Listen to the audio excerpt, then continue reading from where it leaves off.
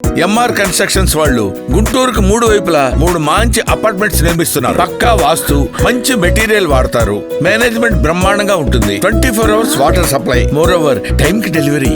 MR constructions మీ ఇంటిని అందంగా నిర్మిస్తాం. IAS ఆఫీసర్లకి 432 apartments యాక్చువల్గా ఆ రోజు టేకప్ చేసాం. అదైతే చాలా వర్క్ అయిపోయింది. అవి కూడా వాళ్ళు యాక్చువల్గా మొదలుపెట్టారు. అదేవిధంగా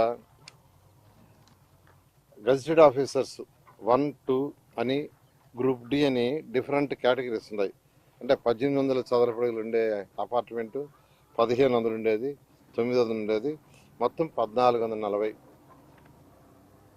అదేవిధంగా ఎన్జిఓస్ తీసుకుంటే 1995, అది 1200 చదరపు అడుగులు.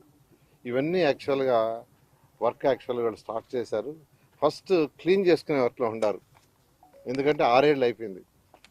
అదేవిధంగా అసెంబ్లీ, హైకోర్టు మీకు తెలిసిందే. ఈ యొక్క హైకోర్టు వచ్చి 16.85 లక్షల చదరపు అడుగులు, అసెంబ్లీ వచ్చి 11.67 లక్షల చదరపు అడుగులు.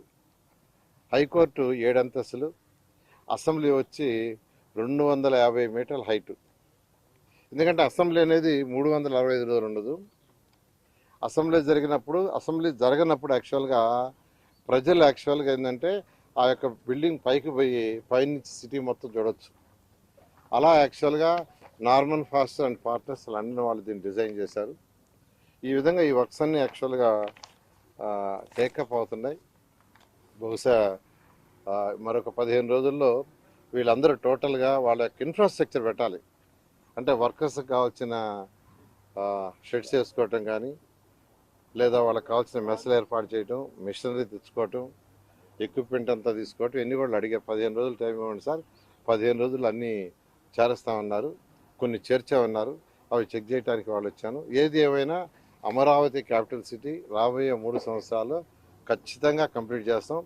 దీని మీద ఇది కట్టేటప్పుడు ఒక్క పైసా కూడా భారం ప్రజల మీద పెట్టడం మరొకసారి చెప్తున్నాం.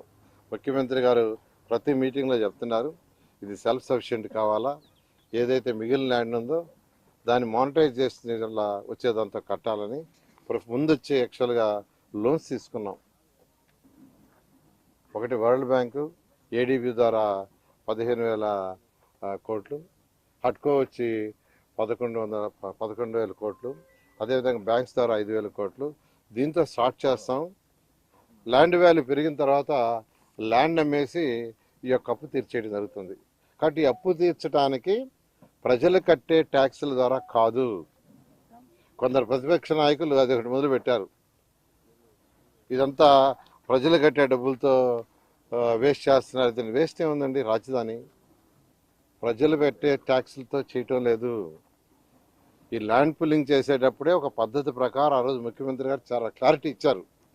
ఇలా చేయండి, ఇంత ల్యాండ్ మిగులుతుంది, దాంట్లో ఎక్సలెంట్ ఇన్ఫ్రాస్ట్రక్చర్ చేయండి, దానికి యాక్చువల్గా లోన్స్ రైజ్ చేసుకోండి, దాన్ని అమ్మేసేసి యాక్చువల్గా కట్టడని. అలా చక్కగా జరుగుతుంది.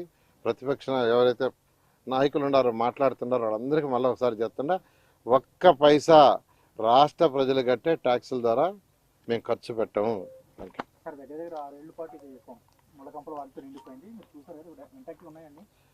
అన్నీ యాక్చువల్గా స్టడీ చేయించామండి. యాక్చువల్గాను కమిటీలు వేసాము, అధికారులు, సీఈలు వాళ్ళందరూ అన్నీ పర్ఫెక్ట్గా ఉండే, ఎటువంటి ఇబ్బంది లేదన్నారు.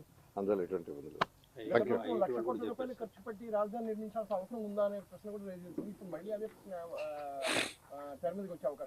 అంటే ఏ రాష్ట్రానికైనా ఒక రాజధాని కావాలండి. ఈరోజు ల్యాండ్ పూలింగ్లో రైతులు ఇచ్చారు, ల్యాండ్ బ్యాంక్ కొంత మిగిలింది.